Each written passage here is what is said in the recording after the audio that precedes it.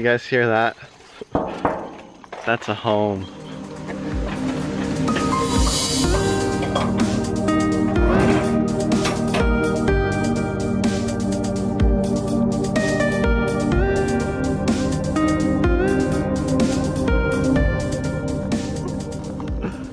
Michael, what are we up to, brother? About to check out the shipping container home and also maybe some plants.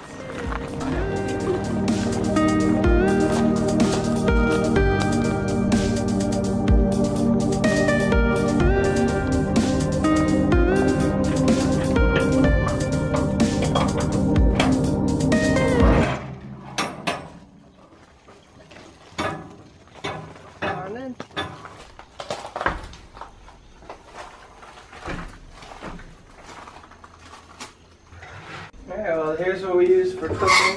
We make tea in the morning. It's got a propane tank. It's probably not the safest thing, but as long as we remember to shut it off when we leave. We also fill up water here.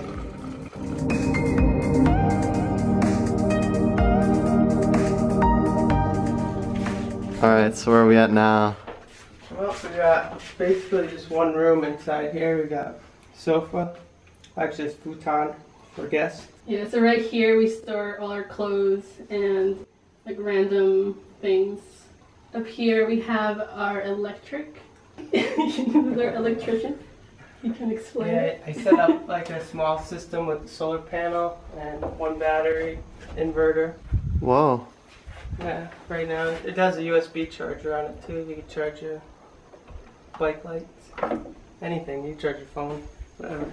So this shipping container is powered by solar? Yeah. The whole thing? Yeah. Damn, can we see the solar panels later? Yeah, we gotta go up on the roof. Oh damn, that might be tough. Oh, we got a ladder. Okay. Good. But it's all wired like a regular house, so like you just turn these switches, the lights go on, put a dimmer in here too. This is the bed, right here. It's a queen size bed, and all it is plywood and a foam top, like memory foam, 4-inch. It's very comfortable.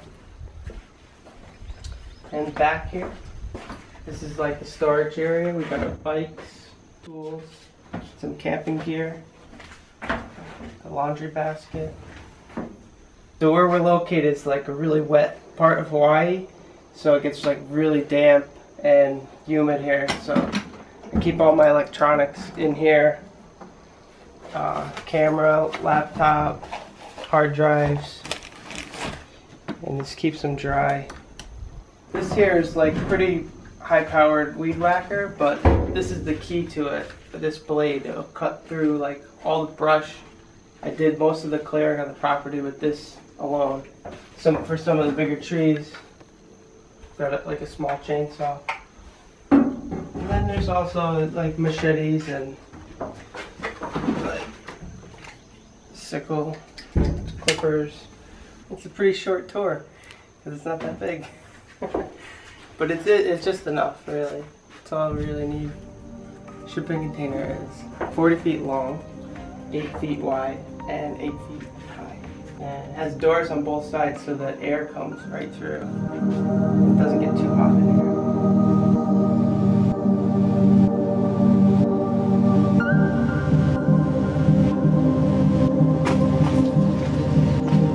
So this is like a box we made with a screen on the top. Keep our fruit, diet away from the animals we don't want the animals. So this is our kitchen sink area. Right now we don't have like a permanent water, so we use this catchment to wash our stuff. And then we just put it out to dry. And what is the water hooked up to? How do you guys get Well, actually this water that we use to wash with, we collect from the water place down the street. The spring. It's like spring water and it's clean. So to catch water, we use the tarp and there's gutters on it and then it goes into these buckets. And then this water we use for like emergency purposes or for like watering plants when there's like been a drought for a while. But we don't drink. So this may seem a little gross or weird, but it's totally normal here in Hawaii. To collect your pee, dilute it with water, and fertilize your plants. It's high in nitrogen, so like with young plants, it makes them grow a lot faster.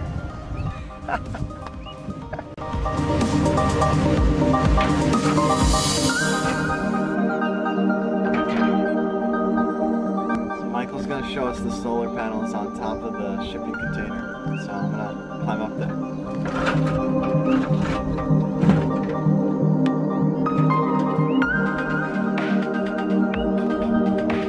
Alright.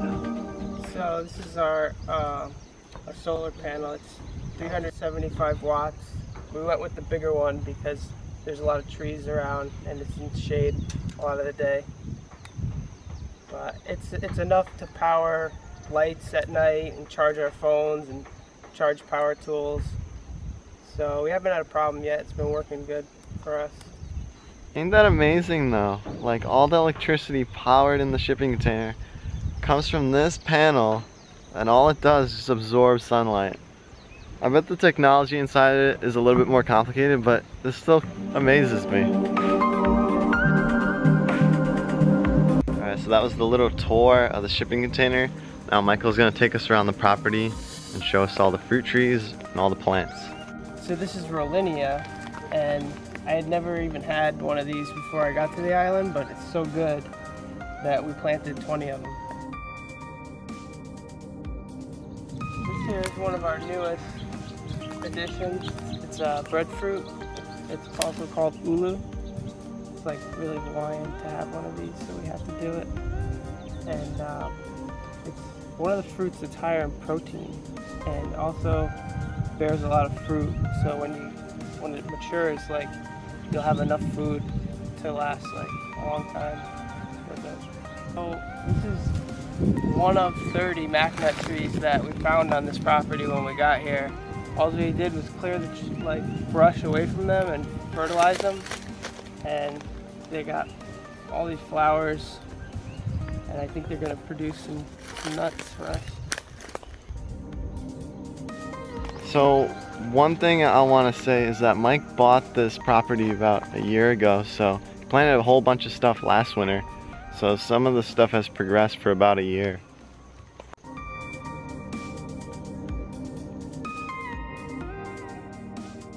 Pineapple is one of the easiest things to grow out here. It takes a while though, like 2 years after you plant it, you'll get a pineapple. I really don't know how much longer it's going to take from this point, but it's been like 2 weeks since we saw something, and now it's this big. The good thing to plant around your fruit trees is something like pigeon pea. It's also edible, but the main purpose is to cut it down and mulch around your tree to feed it. It also fixes nitrogen, so it'll take nitrogen from the air and put it into the soil. And when you cut it, that nitrogen gets released and your fruit tree can use it.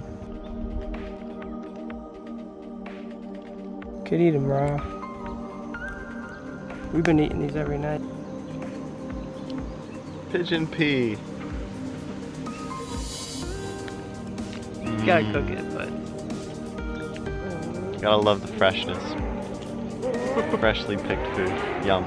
This is one of the papaya we planted last year. We planted about 100 of them, and 4 or 5 survived because they're heavy feeders, and I think the hurricane wiped a lot of them out. But papaya is probably the quickest fruit you'll get. It takes about 6 months to a year before you get fruit. So like this one is maybe 6 months, maybe longer, 9 months, but it didn't grow the whole time we were gone because it didn't have much to eat. This one's called katuk. The leaves have like a nutty flavor.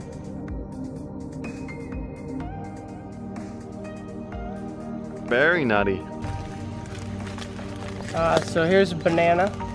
It's a Hawaiian variety called maoli, and this one maybe 9 months old, but it gets to be 15 feet tall before you get fruit from it. So with bananas, you're looking at around like a year and a half to even 2 years sometimes until you get the first rack. So a banana plant will only produce one rack and then it will die. And what you do is you cut it down and you feed it to the younger ones, like this one here. And then this one will become like the mother. And then you'll just get a bunch of these stalks coming out of the single corm. And they'll only produce one rack, and then they get chopped down and you feed them to the other ones. These banana tree leaves kind of feel like paper.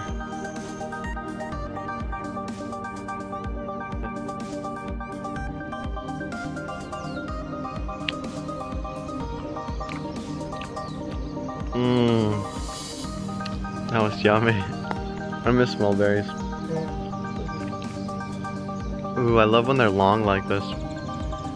Tastes so good.